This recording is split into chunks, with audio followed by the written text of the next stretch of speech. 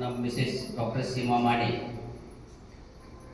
ಇಲ್ಲಿ ಮಾಂಜರಿಯಲ್ಲಿ ಬಂದ ನಾವು ಈಗ 18 ವರ್ಷ ಆಯಿತು ಸರ್ವಿಸ್ ಕೊಡ್ತಾ ಇದ್ದೀವಿ. ಎಲ್ಲ ಮಾಂಜರಿ ಮಂದಿ 90% ಇಲ್ಲಿ ಗೊತ್ತವರೆಲ್ಲ ಮಾಂಜರಿ ಮಂದಿನೇ ಐತಿ. ಬಟ್ ಮಾಣೆ ಡಾಕ್ಟರ್ ಹಾರ್ಟ್ ಸ್ಪೆಷಲಿಸ್ಟ್ ಹೆಂಗಾದರು ಅದು ಮಂದಿಗೆ ನಾವು ಗೊತ್ತಿಲ್ಲ. 2005 ಇಸ್ವಿಸನ್ದಾಗ ನಾವು ಮಾಂಜರಿಯಲ್ಲಿ ಪ್ರಾಕ್ಟೀಸ್ ಚಾಲೂ ಮಾಡಿದ್ದೀವಿ. ಪ್ರಾಕ್ಟೀಸ್ ಸಕಟ್ ನಾವು ಶಿಕ್ಷಣ ಬಿ ತಗೋತೀವಿ. ಪ್ರಾಕ್ಟೀಸ್ ಅಂದ್ರೆ ಓನ್ಲಿ ಡಾಕ್ಟರ್ಸ್ ಆಗಿ ನಾವು ಹೊರಗೆ ಬಿದ್ದಿಲ್ಲ, ಅದ್ರ ಜೋಡಿ ನಮ್ಮ ಜ್ಞಾನದ ಏನು ಪ್ರಗತಿ ಐತಿ ನಾವು ಇನ್ನಾದರೆ ನಿಲ್ಲಿಸಲಿಲ್ಲ.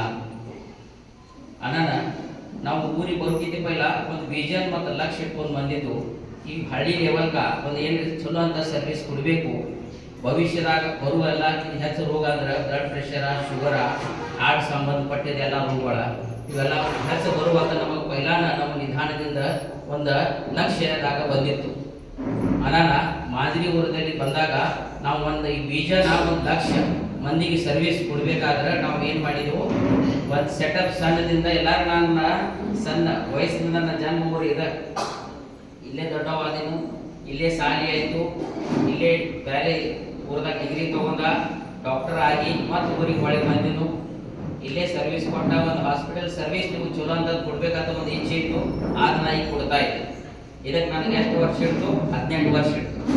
18 ವರ್ಷದಾಗ ನಮ್ಮ ಡಿಗ್ರಿ ಮೇಲೆ ಮತ್ತು ಸೂಪರ್ ಸ್ಪೆಷಲೈಸೇಷನ್ ನಾವು ಮಾಡಿದೆವು. ಇಕೋ ಕೋರ್ಸ್ ಅಂತ ಇರ್ತೀವಿ, ಇಕೋ ಅಂದ್ರೆ ಹಾರ್ಟ್ ಸ್ಕ್ಯಾನಿಂಗ್ ಟೆಕ್ನಿಕ್, ಅದೆಲ್ಲ ಕೋರ್ಸ್ ಮುಗಿಸಿದ್ರು.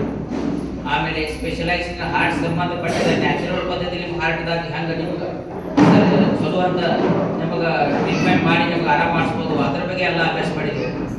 ಆಮೇಲೆ ನಮ್ಮ ಮೇಡಮ್ ನಮ್ಮ ಸಪೋರ್ಟ್ ಸಲುವಾಗಿ ಅವರು MD ಮುಗಿಸಿರು, BMS ಮುಗಿಸಿ ಅವರು MD ಮೆಡಿಸಿನ್ ಕಾಯಿ ಚಿಕಿತ್ಸಾ ಮುಗಿಸಿ ಅವರು ಒಂದು ಎಲ್ಲ ಇಲ್ಲಿ 18 ವರ್ಷ ಆದ ನನ್ನ ಸಂಕಟ ಸರ್ವಿಸ್ ಕೊಡ್ತಾ ಇದ್ದಾರೆ. ಅಣ್ಣ ನಾವು ಧರ್ಮಸ್ಥಳದಿಂದ ನಮಗೊಂದು ಸ್ಕೀಮ್ ಬಂದು ಆ ಪೇಷಂಟ್ ಸಲುವಾಗಿ ಸರ್ವಿಸ್ ನಾವು 2 ವರ್ಷದಿಂದ ಕೊಡ್ತಾ ಇದ್ದೀವಿ. ಅದರಿಂದ ನಮಗಿಂತ ಧರ್ಮಸ್ಥಳ ಫಸ್ಟ್ ಟೈಮ್ ಈಗ ಆರೋಗ್ಯ ಶಿಬಿರ ಸಲುವಾಗಿ ಕರೆದಾರ. ಆ ಎಲ್ಲ ಸಿಬ್ಬಂದಿಗಳು ಸಾಹೇಬರುಗಳು ನಮ್ಮ ಅನುಮತಿಯಿಂದ ನಮ್ಮ ಆಯು ಕೇರ್ದಿಂದ ಮತ್ತು ಹಾರ್ಟ್ ಕೇರ್ ಸೆಂಟರ್ದಿಂದ ನಮ್ಮ ಅವರಿಗೆ ಧನ್ಯವಾದ ಅಂತ ಹೇಳ್ತೀವಿ. ಎಲ್ಲರೂ ಈಗ ಸದ್ಯ ವಿಚಾರದಿಂದ ಮನುಷ್ಯದಾಗ ಎಲ್ಲಕ್ಕಿಂತ ಕಾಮನ್ ಅಂದ್ರೆ ಏನಾಗೈತಿ, ಎಲ್ಲರಿಗೆ ಅಂಜಿಕೆ ಎತ್ತರದ ಬರಾಕತೈತಿ. ಎಲ್ಲ ಹಾರ್ಟ್ ಅಟ್ಯಾಕ್ ಅಂದ್ರೆ ಮನುಷ್ಯ ಏನು ಮಾಡಾಕತೈತಿ, ಎಲ್ಲ ಅಂಜಾಕದ. ಈಗ ನಿನ್ನೆ ಚಲೋ ಇದ್ದ, ಇದು ಮುಂಜಾನೆ ಊಟ ಮಾಡಿದ, ಮಧ್ಯಾಹ್ನ ತನಕ ಏನೈತಿ ಆಂಬಾಲ, ಸಡನ್ ಹಾರ್ಟ್ ಅಟ್ಯಾಕ್ ಬರ್ತಾ ಅಥವಾ ಎಷ್ಟು ಮನುಷ್ಯ ಈಗ 2-3 ವರ್ಷದಾಗ ಇದು ವಾತಾವರಣದಾಗ ಚರ್ಚೆದಾಗ ವಿಷಯ ಭಾಳ ಆಗೈತಿ, ಹಾರ್ಟ್ ಸಂಬಂಧಪಟ್ಟಿದ್ದ. ಅಣ್ಣನ ಧರ್ಮಸ್ಥಳ ಶಿಬಿರದಿಂದ ಒಂದು ಸರ್ವೆ ಮಾಡೋನು. ಈಗ ECG, ಶುಗರ, ಇದು ರೂಟೀನ್ ಚೆಕಪ್ದಾಗ ಯಾರಿಗೇನು ಪ್ರಾಬ್ಲಮ್ ಇದ್ದರೆ ಹಾರ್ಟಿಂದ ನಮಗೆ ಏನು ಗೊತ್ತಾದರೆ ಅವ್ರಿಗೆ ಮುಂದಿನ ಟ್ರೀಟ್ಮೆಂಟ್ ಸಲುವಾಗಿ ಅಡ್ವೈಸ್ ಮಾಡಬೇಕಂತ ಒಂದು ಇಲ್ಲಿ ಶಿಬಿರ ನಾವು ಇಟ್ಟಿದ್ದು. ಆ ಎಲ್ಲ ಶಿಬಿರದ ನೀವು ಎಲ್ಲ ಫಾಯ್ದೆ ತೊಗೋಬೇಕು. ನಾವೇನು ಹೇಳ್ತೀವೋ ಅದಕ್ಕೆ ನೀವು ಫಾಲೋ ಮಾಡಿರಿ. ಮುಂದಿನ ನಮ್ಮ ಪ್ರಕೃತಿದಾಗ ಏನಿರ್ತದ್ರೆ ಭೀ ನಮಗೆ ಪೈಲಾನ್ ಗೊತ್ತಾಗ್ತೈತಿ, ಮುಂದೆ ಏನು ಮಾಡಬೇಕಾದ ಪೈಲಾನ್ ಗೊತ್ತಾಗ್ತೈತಿ. Prevention is better than cure ಅಂತೀವಿ. ಆ ಪದ್ಧತಿನ ನಾವು ಅದು ಅಂದ್ರೆ ಎಷ್ಟು ಅಂತ ನಮ್ಮ ಕಾಂಪ್ಲಿಕೇಶನ್ ಈ ಟ್ರೀಟ್ಮೆಂಟ್ ಈ ಚೆಕಪ್ದಿಂದ ನಮಗೆ ಗೊತ್ತಾಗ್ತೈತಿ. ಅಣ್ಣ ನಾವು ಇಲ್ಲಿ ಶಿಬಿರ ಇಟ್ಟಿವಿ. Is it right? ಈಗ ಎಲ್ಲರಿಗೆ ಹಾರ್ಟ್ ಅಟ್ಯಾಕ್ ಅಂದರೆ ಇಲ್ಲ. Is it right? Heart attack ಅಂದರೆ ಇಲ್ಲ, ಅದೇ ದೊಡ್ಡ ರೋಗ ಅಲ್ಲ. ಶುಗರ ರೋಗ ಅಲ್ಲ, BP ರೋಗ ಅಲ್ಲ. ಥೈರಾಯ್ಡ್ ಪ್ರಾಬ್ಲಮ್ ಎಷ್ಟು ಮಂದಿಗೆ ಇದಾವೆ ಇಲ್ಲಿ? ಎಷ್ಟು ಮಂದಿಗೆ ಥೈರಾಯ್ಡ್ ಪ್ರಾಬ್ಲಮ್ ಇದಾವೆ? Is it right? ಆದ ರೋಗ ಅಲ್ಲ. ವಜನ್ ವಾಡಾಗೋದ ರೋಗ ಐತಿ? ಇಲ್ಲ.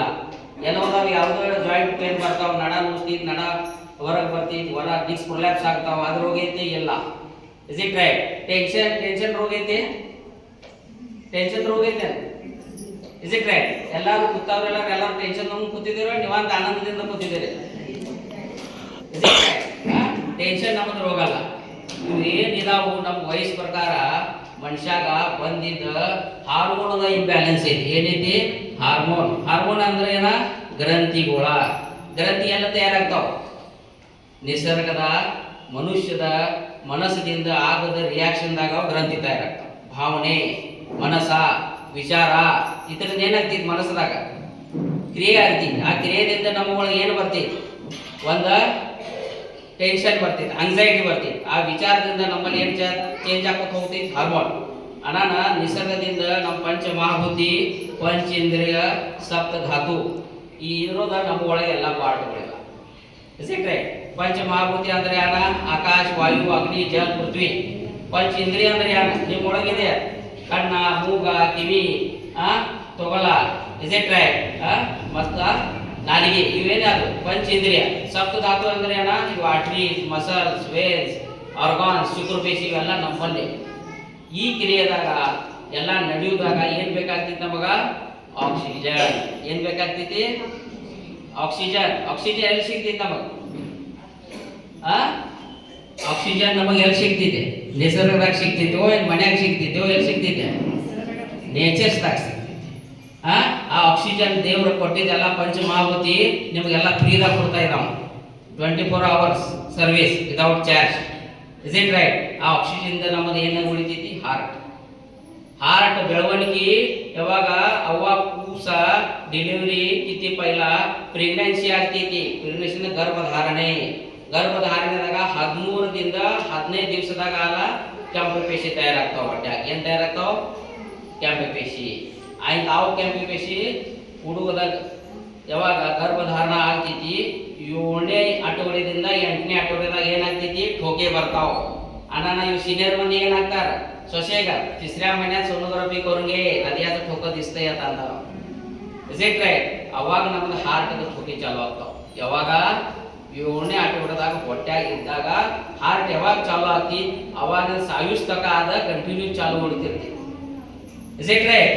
ಆ ಹಾರ್ಟ್ ಅನ್ನು 24 ವಯಸ್ಸು ತಕ ನಮ್ಮ ಬೆಳವಣಿಗೆ ಆಗ್ತಿರ್ತಿ ಶರೀರದ. ಎಷ್ಟು ವಯಸ್ಸು ತಕ? 24 ವಯಸ್ಸು ತಕ. 24 ತಕ ನಮ್ಮ ಬೆಳವಣಿಗೆ ಬಂದ್ ಆಗ್ತೈತಿ. ಮತ್ತೆ ಹಂಗ ಹೈಟ್ ಹಾಕೋತಿರ್ತೈತಿ. ಹೆಚ್ಚ ಬಂದ್ ಆಗ್ತೈತಿ. ಬಂದಾಗಣ ನಿಮ್ಮ ಆರ್ಗಾನ್ಸ್ ಪರ್ಟಿಕ್ಯುಲರ್ ಒಂದು ಸೈಜ್ದಾಗ ಬರ್ತೈತಿ. ನಿಮ್ಮ ಹೈಟ್ ಸೈಜ್ ಫಿಕ್ಸ್ ಆಗ್ತೈತಿ. ಎಲ್ಲ ಫಿಕ್ಸ್ ಆಗ್ತಾವ. ಎಲ್ಲ ಜೀವನದಾಗ ಒಂದು ಸ್ಟ್ರೆಚರ್ ಬರ್ತೈತಿ. ಒಂದು ಆಟಿಟ್ಯೂಡ್ ಬರ್ತೈತಿ ನಮ್ಮಲ್ಲಿ. Is it right? ಅದ್ರ ಮುಂದೆ ಏನಾಗ್ತಿ? 24 ವಯಸ್ಸು ಹಿಡ್ಕೊಂಡು ಮುಂದೆ ಏನಾಗ್ತಿ? ನಿಸರ್ಗದಾಗ ಇರೋದ ಹಾರ್ಮೋನ್ದಿಂದ ನಿಮ್ಮ ಶರೀರ ನಡೀತೈತಿ. ಎದರಿಂದ? ಹಾರ್ಮೋನ್ದಿಂದ. ಹಾರ್ಮೋನ್ ಎದರಿಂದ?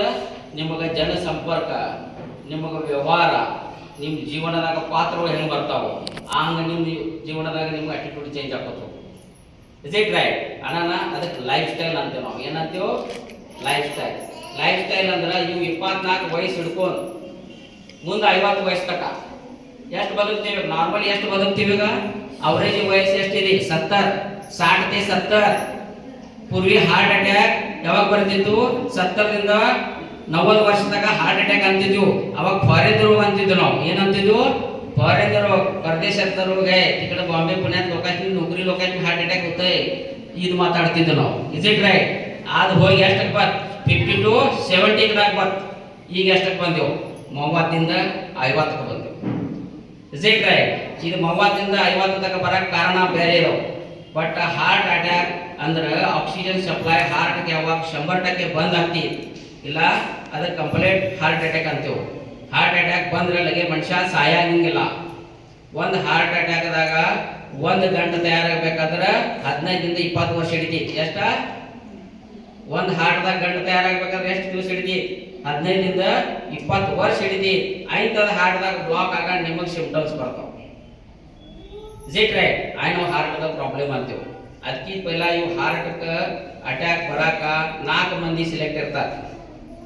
ಕಾರಣಗಳು ಯಾವಾಗ ಇದಾವ? ನಿಮ್ಮಲ್ಲಿ ಕಾಣಿಸ್ತಾವ. ಅಟ್ಯಾಕ್ ಅಂದ್ರೆ ಏನ?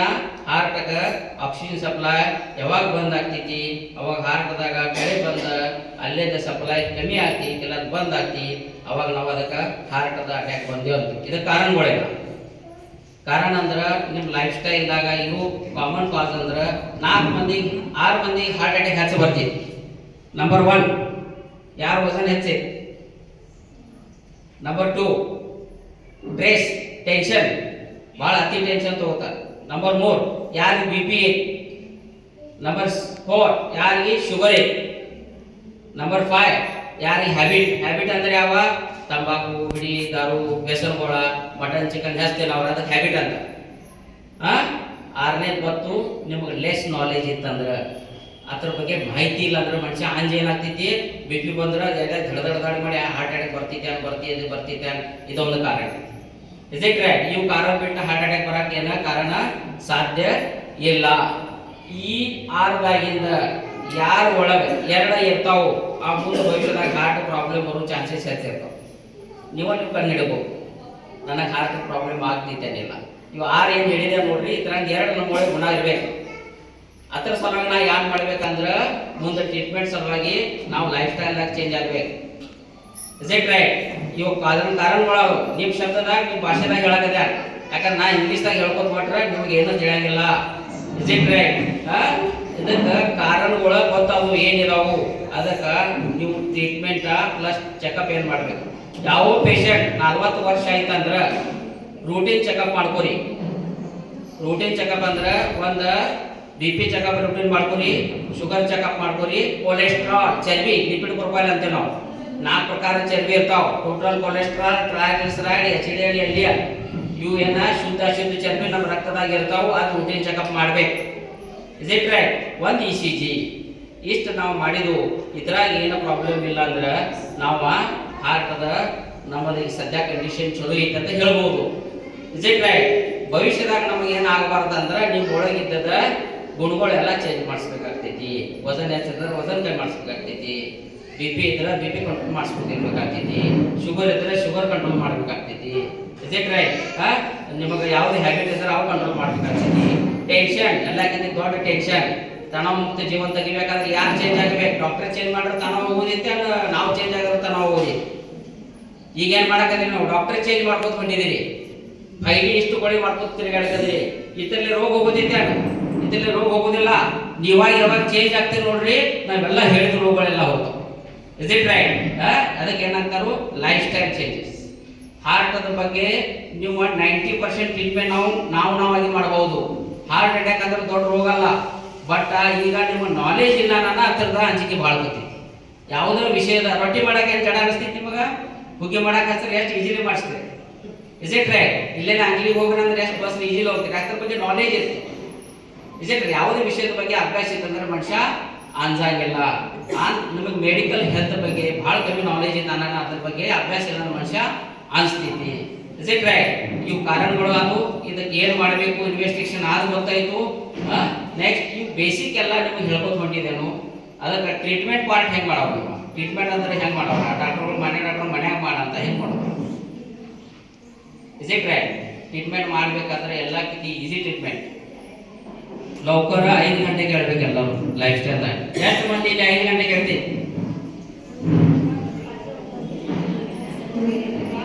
5 ಗಂಟೆಗೆ ಹೇಳೋರು ಮಂದಿ ಓನ್ಲಿ 10%, 20% ಇದೆ.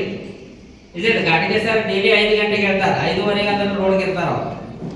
Is fit is one of the example ನಾವು ಕೊಡ್ಬೋದು. Is it right? 5 ಗಂಟೆಗೆ ಹೇಳಬೇಕು.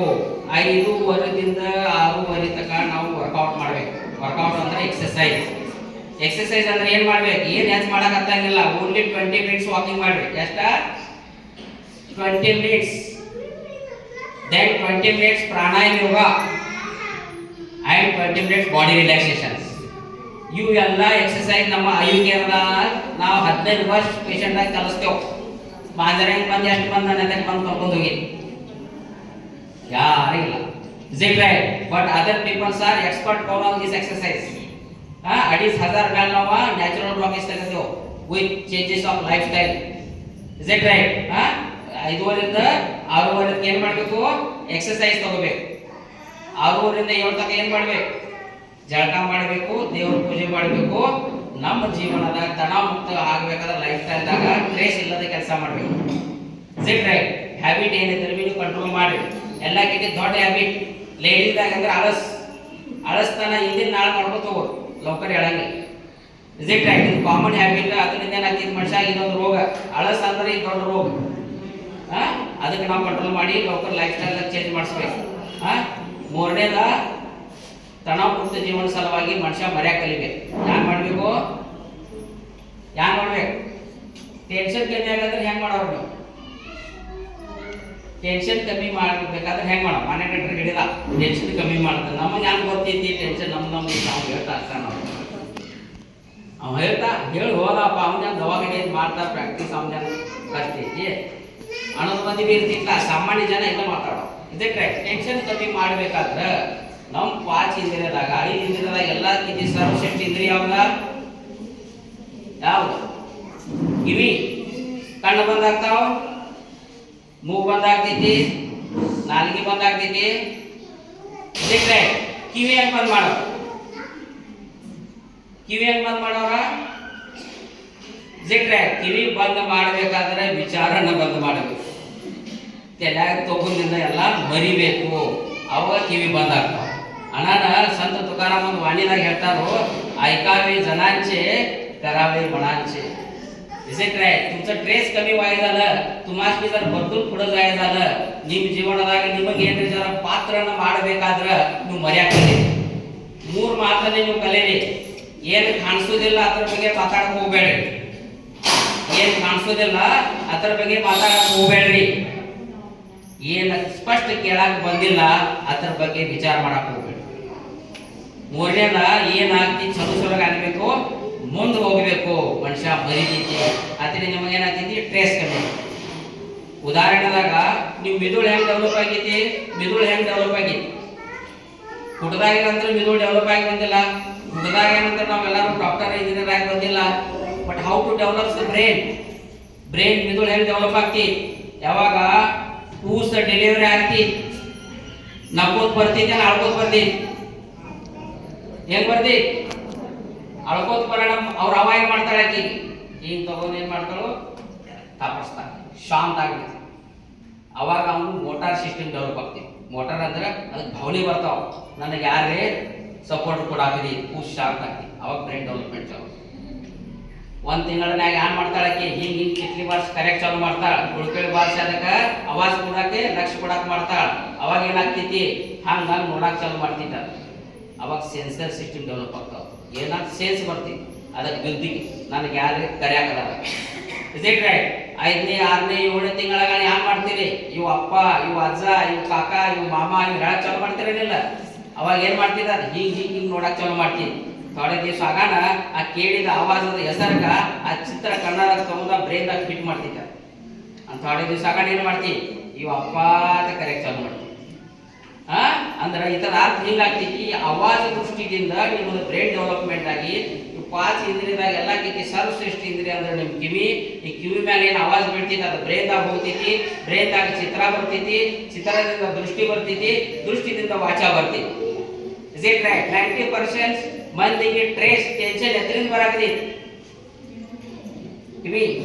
Is it right? ಕಿವಿದಿಂದ ಮನುಷ್ಯ ಕೇಳ್ತೈತಿ, ಕೇಳಿದಿಂದ ವಿಚಾರ ಬರ್ತೈತಿ, ವಿಚಾರದಿಂದ ಮನುಷ್ಯ ಏನ್ ಮಾಡ್ತೈತಿ, ನಕಾರಾತ್ಮಕ ವಿಚಾರ ಬಂದ್ರ ಬ್ರೈನ್ ಹಾರ್ಮೋನ್ ಬೇರೆ ತಯಾರಾಗ್ತಾವ, ಸಕಾರಾತ್ಮಕ ವಿಚಾರ ಮಾಡಿದ್ರ ಬ್ರೈನ್ ಹಾರ್ಮೋನ್ ಬೇರೆ ತಯಾರಾಗ್ತಾವ. ಅದರಿಂದ ಮನುಷ್ಯ ಏನಾಗ್ತೈತಿ, ಟ್ರೇಸ್ ಕಂಟ್ರೋಲ್ ಮಾಡ್ಬೇಕಾದ್ರೆ ಏನ್ ಮಾಡ್ಬೇಕು, ಇದಕ್ಕೆ ಕಂಟ್ರೋಲ್ ಮಾಡ್ಬೇಕು. Is it right? Very easy. And habit, next ಏನ ಹ್ಯಾಬಿಟ್. ಹ್ಯಾಬಿಟ್ ಅಂದ್ರೆ ಏನ, ವ್ಯಸನಿಕ್ ಮಂದಿ ಭಾಳ ಆಗೈತಿ. Is it right? ನಮ್ಮ ಕಡೆ ಬರ್ತಾರ, सर बीपीच्या गोळ्या द्या, दिलेले ECG मध्ये काय प्रॉब्लेम आहे काय, अजिबात नाही, बस चांगला आहे सर. मग नाही बाबा, परंतु आता प्रॉब्लेम नाही तुला, मग उद्यापासून तुझं जर ड्रिंक करत असेल तर बंद कर, स्मोकिंग करत असेल तर बंद कर, सगळं बंद कर. अनेक सामान्य नेतोय सर, मी त्याला दाखवलं तिथे बीपी जास्त आपण सांगितलं की तुम्ही नॉर्मल आपण सांगितलं होता. बर मग ठीक आहे, मग कसं करूया, आणि आम चेक करूया, मॉनिटर आणि आम चेक करतोय सगळं. बर आता मी हाय, जरा बीपी वाढल्या. बर मग ट्रीटमेंट काय आहे तुमची, हे घे गोळ्या बीपीच्या. मानी 6 महिने नेतोय तो. 6 महिने आल्यानंतर सर काय नाही, बीपी आणि जास्त दाखवल्या, अनेक गोळी चालू करतो का त्या संग, जर रक्त पातळ व्हायची याची. मग आणि तो 6 महिन्यात असं करून 1.5-2 वर्ष जाते. त्यातच 2 वर्षात येतोय सर, पहिल्यापासून तुम्ही मला सगळे ट्रीटमेंट द्यायलाच आहे, तर अजून काय बीपी कंट्रोल होणार. मग शांत डोक्याने विचारतो, तू तुझ्यासाठी काय केलास, अलग अलग बीपीचं कारण काय, स्मोकिंग करायलायस त्याच्यामुळे बीपी वाढायलाय, सकाळ संध्याकाळ ड्रिंक नको म्हणतात त्याच्यामुळे बीपी वाढायलाय, मटन चिकन नको खाऊ नकोस म्हणतात ते पण जास्त खायलेस. तुझं कॅरेक्टर मध्ये बदल नाही, फक्त डॉक्टरच्या कॅरेक्टर मध्ये बदल आणि गोळ्या बदल झाल्यानंतर तू बरं होणार आहेस का, नाहीये. ही गोळी 1ची 1.5ची 2 केली मी, ही 1ची जर अर्धी करून बंद करायचं झालं तर मला बदलू नकोस, तू बदल. असं लागेल. ह्यालाच लाईफस्टाईल म्हणतात. हॅबिट मध्ये जर येणार प्रेशर हृदयावर जर तुमच्या चरबीतून असेल किंवा तुमच्या खाणपणातून असेल तर त्याला बदलावं लागतं. Is it right? ह्याला काय म्हणतात, हॅबिट बदल.